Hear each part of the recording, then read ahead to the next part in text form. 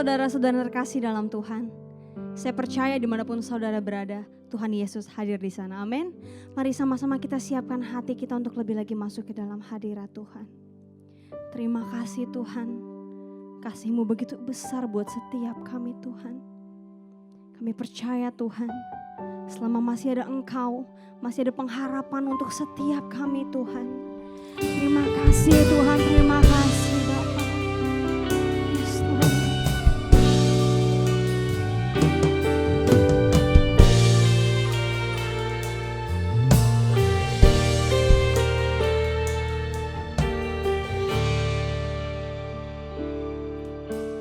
Hanya Kau Tuhan di hidupku,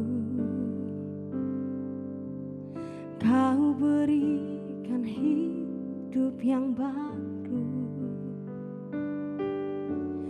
Darah-Mu menyucikan, pulihkan hatiku. Ku nyatakan Kaulah segalanya. Engkaulah sumber pengharapan, kuasa-Mu sanggup memulihkan. Jiwaku pun berserah hanya kepadamu. Yesus, Kaulah segalanya. Dengan imanmu sama-sama kita katakan. Karena salib-Mu ku hidup, karena salib-Mu ku menang. Engkau yang berkuasa sanggup untuk melakukan mujizat-Mu di hidupku.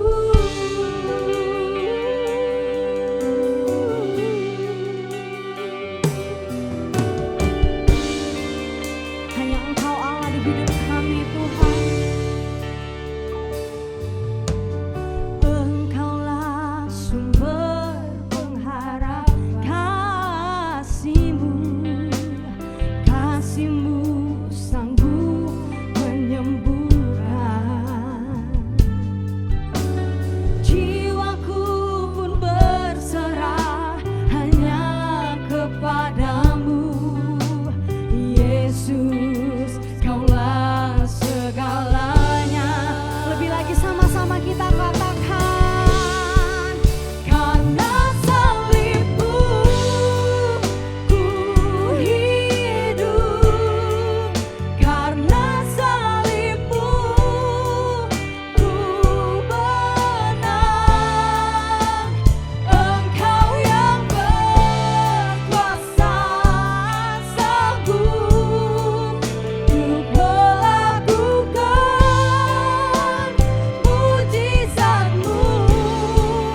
Karena salib-Mu ku hidup, karena salib-Mu Tuhan. Engkau yang berkuasa atas setiap kami Tuhan. Berkuasa sanggup untuk melakukan. Angkat kedua tanganmu, mari sama-sama katakan. Karena salib-Mu ku hidup, karena salib-Mu ku menang. Engkau yang berkuasa sanggup untuk melakukan mujizat-Mu, untuk melakukan mujizat-Mu, untuk melakukan mujizat-Mu di hidupku. Beri kemuliaan bagi Tuhan, Katakan haleluya, haleluya. Terima kasih Tuhan. Kami percaya Tuhan Kau Allah yang berperkara dalam setiap hidup kami Tuhan. Kami percaya apapun kondisinya Tuhan Kau Allah kami yang baik. Dulu, sekarang, dan selama-lamanya Tuhan. Engkau Tuhan Yesus yang baik. Terima kasih Tuhan, terima kasih Bapa. Kami siap mengagungkan nama-Mu Tuhan. Kami siap memuji Engkau dengan sukacita. Mari sama-sama yang percaya kita katakan amin. Katakan haleluya. Mari sama-sama kita mau memuji Tuhan dengan sukacita. Ada amin. Amin. Come on. Ya Tuhan, firman-Mu yang terus menjadi pelita buat kehidupan kami Bapa. Firman-Mu Tuhan, pelita bagi kakiku. Janji-Mu Tuhan, janji-Mu terang bagi jalan-jalanku. Kebenaran-Mu menuntunku setiap hari. Ku menantikan-Mu, beri kekuatan baru. Ku kan terbang tinggi di awan bersama-Mu dalam kemuliaan. Firman-Mu dan ku menopang. Ku kan aman di dalam-Mu Tuhan. Firman-Mu Tuhan, yeah,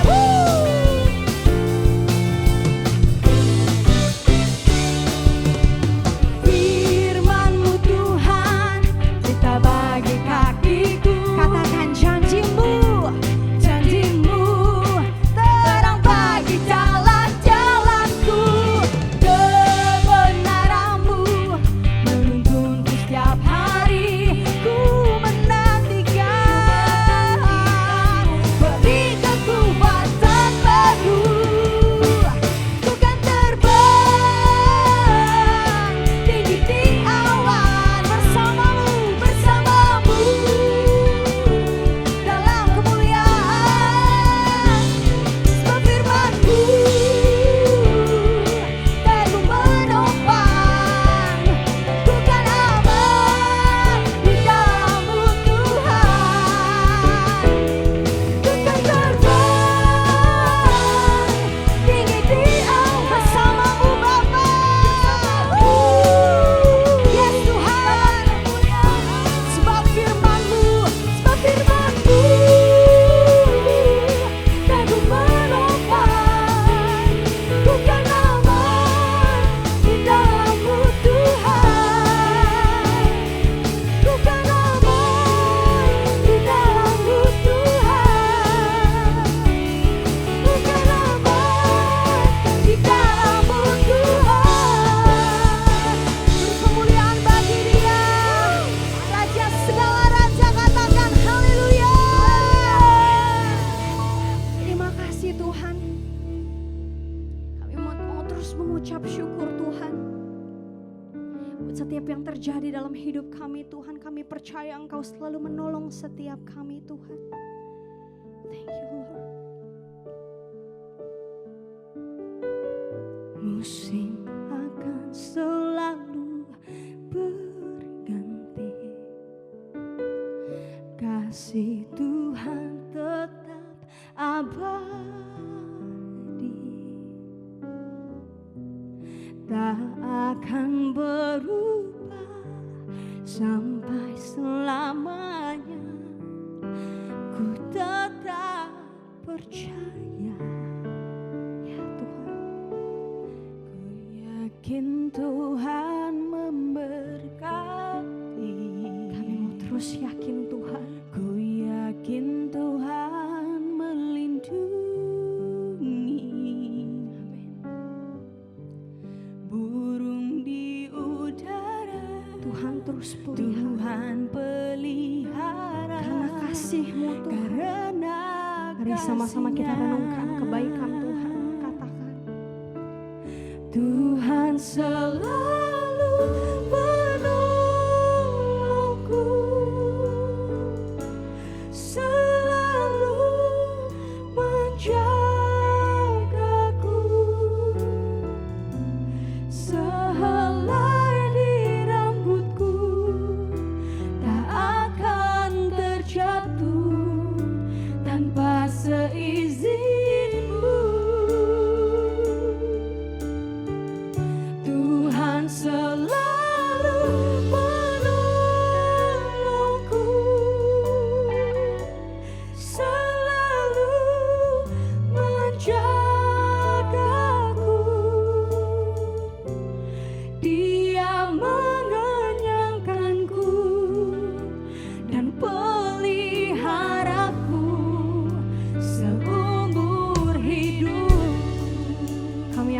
memberkati kami Tuhan. Ku yakin Tuhan memberkati. Ku yakin Tuhan melindungi. Yes, Tuhan. Burung di udara Tuhan pelihara karena kasih-Nya. Oh,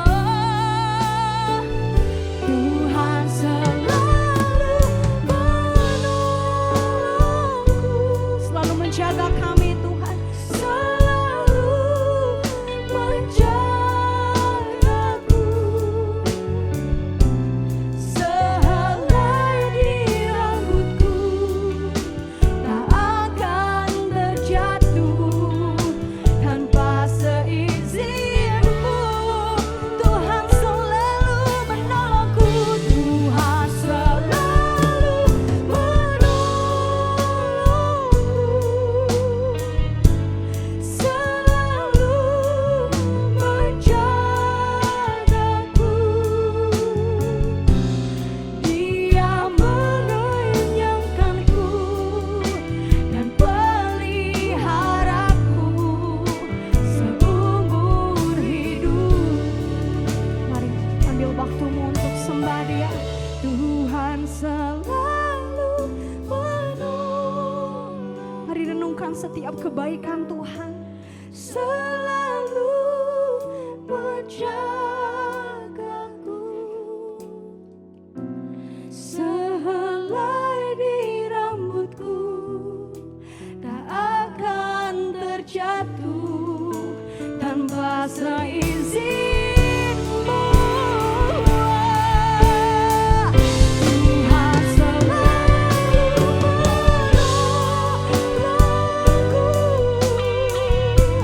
selalu menjagaku. Dia mengenyangkanku dan peliharaku seumur hidupku.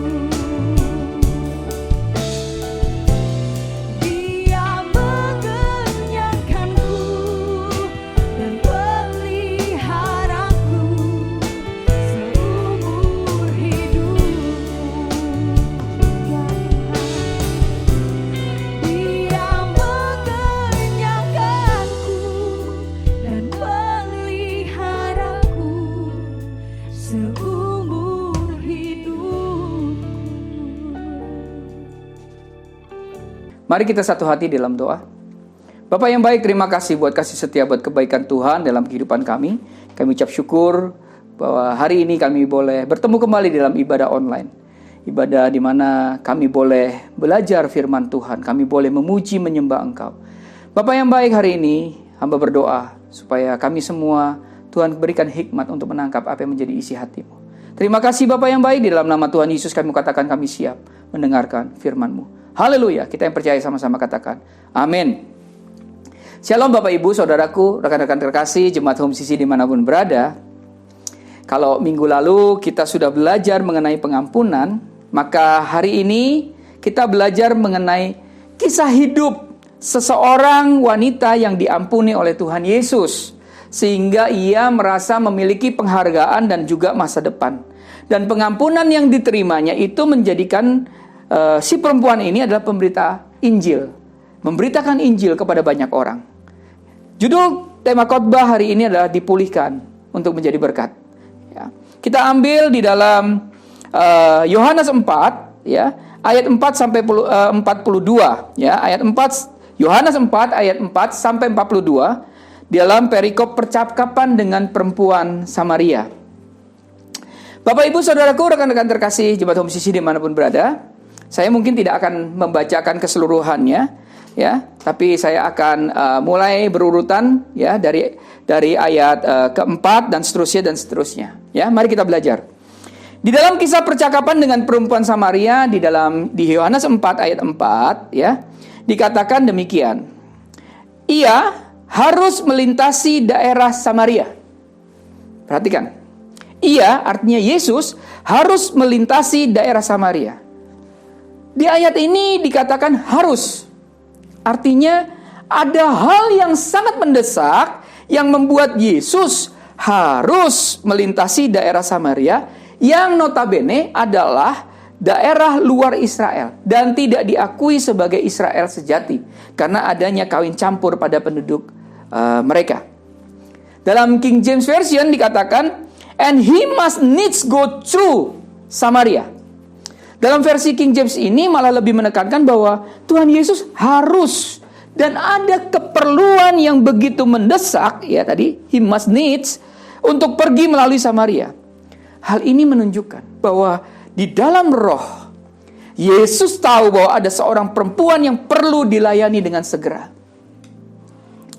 Dan di hari itu, ya, ketika Yesus sampai di sebuah kota yang bernama Sikar, ya, nanti di ayat 5,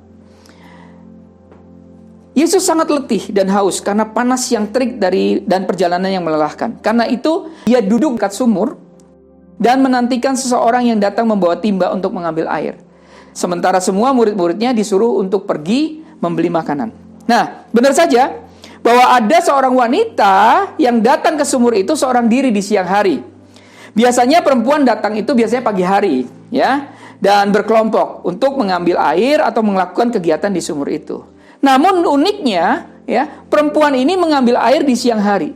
Kenapa? Karena ia dikucilkan dari masyarakat. Terlihat bahwa kehidupan perkawinannya yang memalukan. Kehidupan perkawinan dari perempuan ini kemudian dibongkar oleh Yesus secara terbuka. Ya, kalau Bapak Ibu baca, ya, di dalam Yohanes 4 ayat 1 sampai 42, ya. Yesus mengatakan bahwa sebelumnya ia sudah memiliki 5 suami dan kesemuanya perkawinannya itu gagal. Sekarang pun laki-laki yang ada padanya bukanlah suaminya. Dan ini menunjukkan bahwa hubungannya pun bukanlah hubungan yang resmi atau yang sah. Dan karena hubungannya bukan hubungan yang resmi atau sah, maka pastilah tidak mungkin ada orang yang tahu hubungan mereka. Pertanyaan terbesar bagi kita yang sedang membaca ini adalah, mengapa perempuan Samaria itu tidak marah ketika dosanya diungkapkan secara terbuka oleh Yesus? Nah, Bapak Ibu Saudaraku, rekan-rekan terkasih jemaat Tuhan Sisi dimanapun berada, untuk mengetahui hal ini ada latar belakang yang perlu kita ketahui, ya. Bagi orang Yahudi, yang pertama, bagi orang Yahudi dan dalam pandangan mereka, orang Samaria itu orang kafir, ya. Tidak dianggap sebagai bagian dari bangsa Israel, ya. Karena kenapa? Karena itu perlakuan orang Yahudi terhadap orang Samaria itu sungguh buruk dan sangat merendahkan harga diri mereka. Itu yang pertama. Yang kedua, seorang rabi Yahudi tidak mungkin berbicara dengan orang Samaria, terlebih lagi seorang perempuan. Yang ketiga, dalam tradisi Yahudi, piring yang setelah dipergunakan oleh orang Samaria, walaupun sudah dicuci pun tidak boleh lagi dipakai oleh orang Yahudi. Yang keempat, dari ketiga itu dapat kita simpulkan bahwa orang Samaria itu inferior terhadap orang Yahudi. Ya, dan orang Yahudi, apalagi seorang rabi, itu sangat superior, ya, dibandingkan dengan bangsa Samaria. Jadi kalau pertanyaannya tadi adalah, kenapa perempuan Samaria ini tidak marah ketika dosanya diungkap? Karena di dalam benak perempuan Samaria ini, dari awal ia sudah terkejut. Ya, kenapa kok ada orang Yahudi, yaitu Yesus, yang mau bercakap-cakap dengan dia? Itu pertama. Bahkan Yesus yang Yahudi ini mau minta minum sesuatu dari perempuan yang dianggap kafir. Ya, di ayat yang ke-7.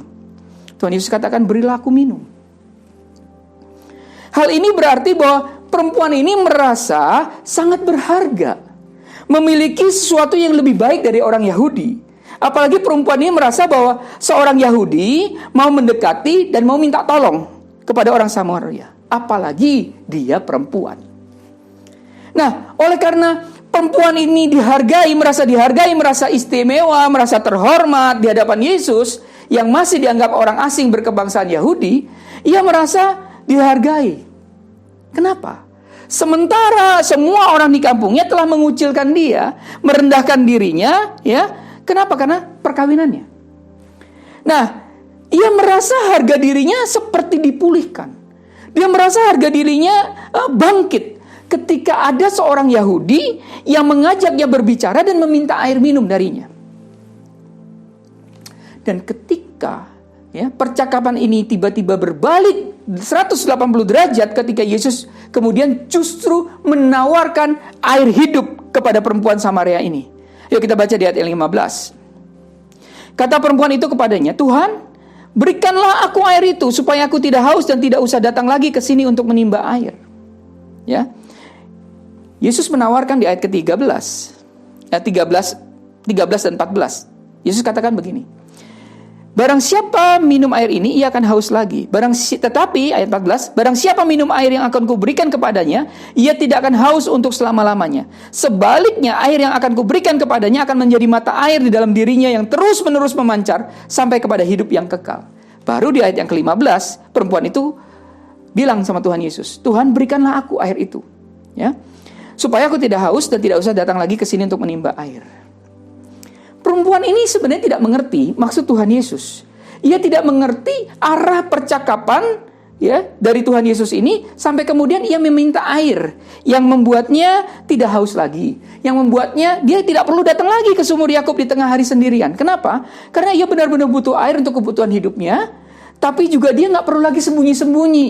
Kalau yang lain, perempuan-perempuan yang lain itu datang pagi hari, dia nggak perlu sembunyi-sembunyi, datang siang hari. Ya, kenapa? Supaya menghindari semua orang yang mencibir dan mengucilkan dia. Di ayat 16, Yesus berkata begini. Kata Yesus kepadanya, "Pergilah, panggillah suamimu dan datang ke sini." Nah ini, Yesus menjawab kebingungan perempuan ini untuk memanggil suaminya. Padahal dosa yang dilakukan perempuan ini adalah dosa rahasia tersembunyi yang tidak mungkin ada seorang pun yang tahu, termasuk penduduk di kampung perempuan itu. Nah ini, kenapa? Karena ia memiliki kekasih pria yang bukan suaminya. Nah, ketika perempuan itu dengan cepat menjawab bahwa ia tidak mempunyai suami, di dalam ayat 17, kata perempuan itu, "Aku tidak punya suami." Kata Yesus kepadanya, "Tepat katamu bahwa engkau tidak mempunyai suami." Tuhan Yesus menjawab, memang benar ia tidak mempunyai suami, karena sebelumnya ia sudah memiliki 5 suami, dan yang sekarang bersamanya bukan suaminya. Wah! Di ayat 18 kata, "Sebab engkau sudah punya 5 suami, dan ada sekarang padamu bukanlah suami." Wah, Bapak Ibu Saudaraku, hal ini benar-benar seperti petir yang menyambar perempuan ini di siang hari bolong. Perempuan ini begitu terkejut ketika Yesus, perkataan orang Yahudi, seorang yang asing, perkataan Yesus ini, seorang yang tidak dikenalnya sama sekali, membukakan mata hati perempuan ini bahwa artinya ada seorang pribadi yang sedang bercakap-cakap dengan dia, bukan pribadi yang biasa. "Pastilah ia seorang nabi," kata perempuan itu kepadanya, "Tuhan, nyata sekarang padaku bahwa engkau seorang nabi." Nah, dari sini kemudian percakapan ini antara Yesus dan perempuan Samaria masuk ke dalam topik menuju hal yang lebih rohani dan topik mengenai penyembahan, ya. Lalu Yesus berkata kepada perempuan itu bahwa akulah dia yang sedang berkata-kata dengan engkau. Ketika itu murid-muridnya datang dan kemudian perempuan itu pergi ke kota dan berkata kepada orang-orang di kota tersebut bahwa dosa yang ia sembunyikan diketahui oleh seseorang yang tidak kenal. Ya, maka perempuan ini mempunyai keyakinan bahwa orang yang sedang bercakap-cakap dengannya adalah seorang nabi atau seorang Mesias atau Kristus yang sedang ditunggu-tunggu.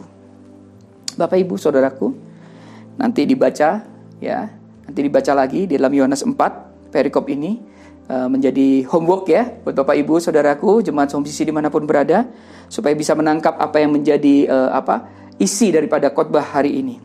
Nah, Bapak Ibu Saudaraku, jemaat Home CC dimanapun berada, karena keyakinan inilah perempuan ini menyampaikan penginjilan kepada orang-orang di kampung dan kotanya, membawa orang-orang kepada Kristus dengan cara tidak biasa, yaitu menyampaikan bahwa dosa-dosanya yang tertutup rapat. Tidak ada seorang pun yang mengetahui tindakannya, tetapi diketahui oleh Yesus saja, yang baru saja dikenalnya. Tentu saja orang-orang yang mendapat kabar ini juga terkejut bahwa perempuan ini mengakui semua dosanya. Bayangin ya. Kemudian mengakui dirinya adalah berdosa. Bahkan perempuan ini membuka dosanya. Ia juga mengatakan pada orang-orang bahwa Yesus menerima dirinya sebagai orang Samaria. Bahwa Yesus ini menerima seorang perempuan, seorang yang buruk, namun Tuhan Yesus mau menghargai, mau menerima, dan perempuan ini tidak lagi menutup dosanya. Bapak, Ibu, Saudaraku, rekan-rekan terkasih, rasa penasaran ini dari orang-orang ini membuat mereka meminta Yesus dan murid-muridnya untuk tinggal bersama mereka. Dan ajaibnya, Yesus setuju. Dan akhirnya mereka tinggal di Samaria selama 2 hari lamanya. Dan karena Yesus ada di tengah-tengah orang Samaria, pastilah 2 hari itu saya yakin ada kebangunan rohani besar-besaran di Samaria. Orang pasti berduyun-duyun datang ingin mendengarkan pengajaran Yesus.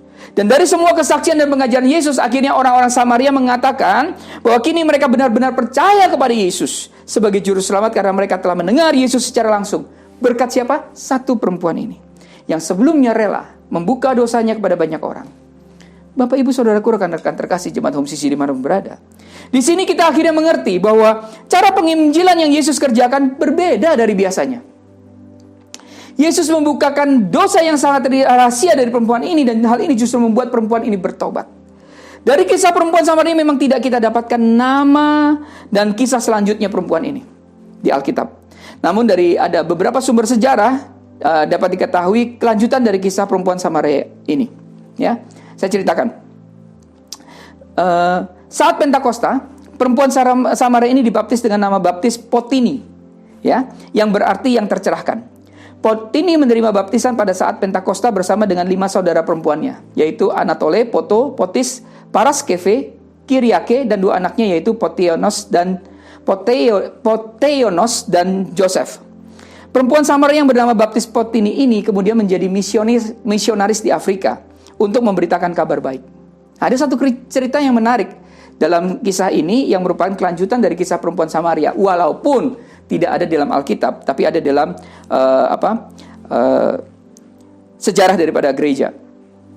Nah, perempuan Samaria ini ketika dia ada di Afrika, suatu saat ketika Nero mulai menganiaya orang-orang Kristen, ia dan saudara perempuannya dan juga 2 putranya sedang berada di Afrika, ya, untuk memberitakan Injil. Tuhan Yesus kemudian menampakkan diri kepada Potini dalam mimpi. Karena mimpi inilah maka ia berlayar ke Roma, ya, bersama saudara perempuannya, 2 putranya, dan banyak orang. Pada masa itu banyak orang membicarakan Potini karena ia memiliki banyak pengikut dan memberitakan Injil dengan sangat berani. Karena itulah tentara diperintahkan untuk membawanya ke Kaisar. Tetapi sebelum tentara itu bisa menangkapnya, Potini bersama putranya Joseph dan juga teman-teman Kristennya justru pergi ke Nero. Dan ketika Kaisar Nero melihat mereka, dia bertanya mengapa mereka datang ke istananya. Dan Potini menjawab dengan lantang, "Kami datang untuk mengajar Anda untuk percaya kepada Kristus." Kaisar Nero kemudian bertanya, apakah mereka semua rela mati demi Yesus orang Nazaret itu? Potini kemudian berkata, "Iya, untuk cintanya kita bersuka cita, dan dalam namanya kita akan dengan senang hati mati." Mendengar kata-kata menantang mereka, Nero memerintahkan tangan mereka dipukuli dengan tongkat besi selama 3 jam. Ajaibnya, mereka tidak merasakan sakit sama sekali. Tidak ada yang terjadi pada tangan mereka. Potini dengan gembira mengutip kata Mazmur 118 ayat 6. "Tuhan di pihakku, aku tidak akan takut. Apakah yang dapat dilakukan manusia terhadap aku?" Ini menjadi sebuah rema, ya, sebuah rema, dan dia saksikan sendiri. Nah, Nero kemudian memerintahkan orang-orang itu dijebloskan ke penjara. Potini dan 5 saudara perempuannya dibawa ke aula istana kekaisaran. Di sana ke-6 wanita itu duduk, ya, di atas tahta emas. Di depan mereka berdiri sebuah meja emas besar yang ditutupi dengan koin emas, perhiasan dan gaun. Kemudian Nero berharap untuk menggoda wanita-wanita ini, ya, untuk apa? Untuk menggoda para wanita dengan tampilan apa? Kekayaan dan kemewahan. Nah, kemudian Nero memerintahkan putrinya Domnina, ya, bersama para gadis budaknya untuk berbicara dengan mereka dan membujuk mereka. Raja atau Kaisar Nero, ya, berpikir bahwa anaknya yang wanita akan berhasil membujuk Potini dan saudara perempuan mereka untuk menyangkal Allah mereka. Jadi digoda, diiming-imingi, ya. Namun sebaliknya, putrinya Nero Domnina, ya, dan 100 budak perempuannya justru menerima Kristus dan mereka dibaptis semua. Luar biasa.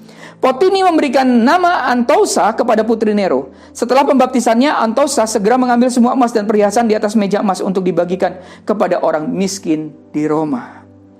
Ketika Kaisar mendengar bahwa putrinya sendiri telah bertobat, ia menghukum Potini dan semua temannya dibakar dengan api. Namun Sejarah mencatat, selama 7 hari tungku terbakar, api tidak membahayakan mereka sama sekali. Nero kemudian menghukum dengan menyuruh Potini minum racun. Potini berkata, ya, perempuan Samaria atau Potini berkata begini, "Aku akan minum racunnya terlebih dahulu, sehingga kamu dapat melihat kuasa Kristus dan Allahku." Setelah semua orang minum racun, mereka tetap baik-baik saja. Setelah itu, mereka semua dipenjara di Roma. Bapak, Ibu, Saudaraku, rekan-rekan terkasih, Jemaat Home CC dimanapun berada, selama 3 tahun mereka ditahan di penjara Romawi. Namun Potini justru mengubah penjara menjadi rumah Tuhan. Banyak orang Romawi datang ke penjara, bertobat dan dibaptis. Akhirnya Nero yang marah itu memenggal semua orang kecuali Potini. Potini bersedih bukan karena takut mati, namun karena ia belum menerima mahkota kemartiran seperti 5 saudara perempuannya dan 2 putranya. Siang dan malam Potini berdoa untuk pembebasannya dari kehidupan ini. Hingga akhirnya di suatu malam Tuhan Yesus menampakkan diri kepadanya, dan setelah beberapa hari kemudian Potini pulang ke surga. Ini adalah kisah yang dicatat dalam sejarah, kelanjutan dari perempuan Samaria yang sudah bertobat itu. Dalam kisah perempuan Samaria ini kita bisa belajar banyak, Bapak Ibu Saudaraku. Ya, yang pertama, kita perlu merendahkan hati untuk bisa menginjili seperti Yesus yang mau mendatangi mereka yang merasa ada di kasta rendah. Untuk mereka yang sedang dikucilkan. Untuk mereka yang tidak dianggap oleh komunitasnya. Perhatikan baik-baik. Kalau kita hari ini mau menjalankan a great mission, amanat agung itu, kita harus punya kerendahan hati seperti Yesus mau menerima saudara kita yang berdosa. Oleh karena itu, di dalam pesan-pesan saya setiap akhir khotbah selalu katakan mencintai Tuhan, berhenti menghakimi. Kenapa mesti berhenti menghakimi? Karena kita harus menerima mereka. Kita harus menerima mereka. Itulah yang Yesus lakukan. Yesus merendahkan hati untuk menginjili. Yesus mendatangi mereka. Dia tidak menghakimi. Yesus mau menerima mereka. Kasta yang terkecil, orang-orang yang dikucilkan, orang-orang yang tidak dianggap. Dan ini buahnya adalah pemulihan. Pemulihan bagi perempuan Samaria ini. Yang kedua, yang kita bisa dapat dari pelajaran dari perempuan Samaria ini, kita melihat bahwa penerimaan seseorang yang tidak memiliki harapan dan harga diri membuatnya terbuka dengan Injil. Bapak, Ibu, Saudaraku, ketika kita dengan rendah hati, kita datang kepada orang-orang yang dikucilkan, yang terlantar, yang tidak punya pengharapan lagi, itu membuat mereka akan terbuka. Mereka akan dipulihkan. Dan mereka bisa menjadi berkat. Sama seperti perempuan Samaria yang memberitakan Injil, menjadi pemberita Injil yang luar biasa. Maka orang-orang yang sudah dipulihkan juga dapat menjadi penginjil yang luar biasa. Yang ketiga, yang kita bisa dapatkan dari perempuan Samaria ini, bahwa Tuhan Yesus yang sama mengasihi saudara sekalian, sama seperti Tuhan Yesus mengasihi perempuan Samaria itu. Tuhan Yesus datang dan bercakap-cakap dengan perempuan Samaria. Maka Tuhan Yesus juga dapat datang dan bercakap-cakap denganmu saat ini. Dan menunggu kita semua. Menunggu kita semua untuk menyambutnya. Menyambut Tuhan Yesus masuk ke dalam hati kita. Dan menjadikan dia Tuhan dan Juru Selamat kita. Tuhan Yesus memberkati. Terima kasih Bapak yang baik. Buat kasih setia, buat kebaikan-Mu. Terima kasih buat firman-Mu yang menguatkan kami. Terima kasih bahwa Engkau menerima kami apa adanya. Sama seperti Engkau menerima perempuan Samaria itu apa adanya. Bapak, terima kasih ketika Engkau menerima kami apa adanya. Kami dipulihkan. Dan kami tahu bahwa tujuan dari pemulihan kami adalah untuk menjadi berkat. Bapak, ajar kami hari ini untuk mau merendahkan hati, untuk mau mendatangi teman-teman kami, saudara-saudara kami, mereka yang dikucilkan, mereka yang terpinggirkan, mereka yang tidak dianggap oleh komunitasnya. Biarlah kami menjadi orang-orang yang mau menerima mereka apa adanya. Terima kasih Tuhan Yesus. Sehingga ketika mereka dipulihkan, ketika kami dipulihkan, kami dapat menjadi berkat. Tuhan Yesus, kami bersadar, kami percaya, melalui firman-Mu ini, kami yakin sekali Tuhan, bahwa Engkau yang mau bercakap-cakap dengan perempuan Samaria, maka Engkau juga mau bercakap-cakap dengan kami. Engkau yang sedang menunggu hati kami untuk berbalik kepadamu, menyambut Engkau, menjadikan Engkau Tuhan dan Juru Selamat kami yang hidup. Bapak, Ibu, Saudaraku, jika ada di antara kita hari ini, Engkau yang belum menerima Tuhan Yesus sebagai Tuhan dan Juru Selamat, hari ini mari kita komit. Mari ikuti saya berdoa. Engkau yang belum menerima Tuhan Yesus sebagai Tuhan dan Juru Selamat, mari kita satu hati, kita berdoa. Ikuti saya berdoa. Tuhan Yesus, Engkau Tuhan yang sungguh baik. Engkau Tuhan yang sudah mati di atas kayu salib untuk menebus dosa kami. Hari ini, kami mau datang kepadamu. Masuklah dalam hati kami. Kami percaya dan kami mengaku bahwa Engkaulah Juru Selamat kami. Engkaulah Tuhan atas hidup kami. Terima kasih Tuhan Yesus buat keselamatan yang Kau berikan bagi kami. Biarlah Tuhan mulai hari ini kami mau terus menjadi berkat. Kami mau mengikut Engkau Tuhan Yesus. Terima kasih, terima kasih. Dalam nama Yesus kami berdoa dan mengucap syukur. Haleluya. Amin.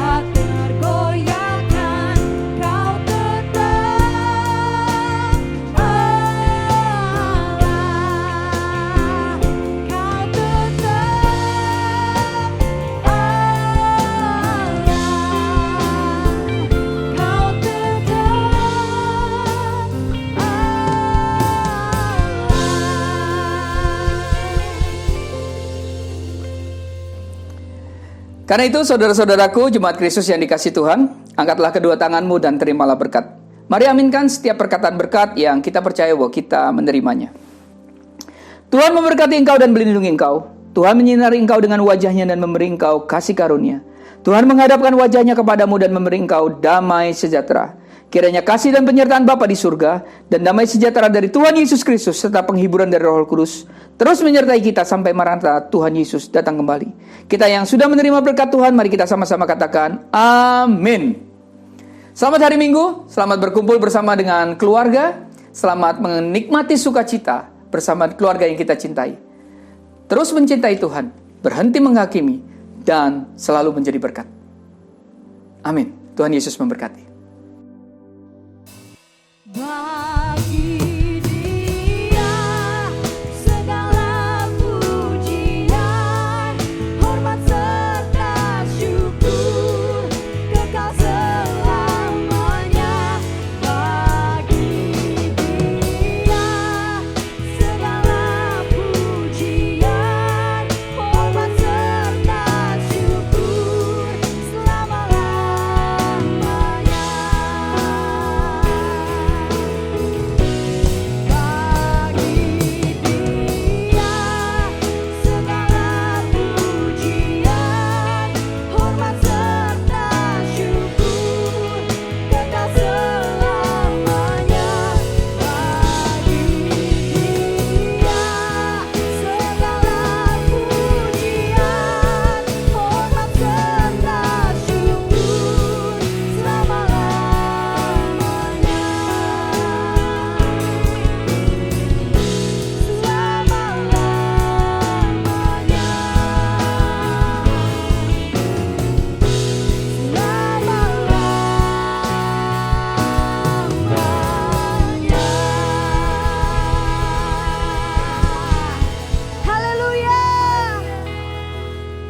Selamat hari Minggu saudara-saudara. Tuhan Yesus memberkati.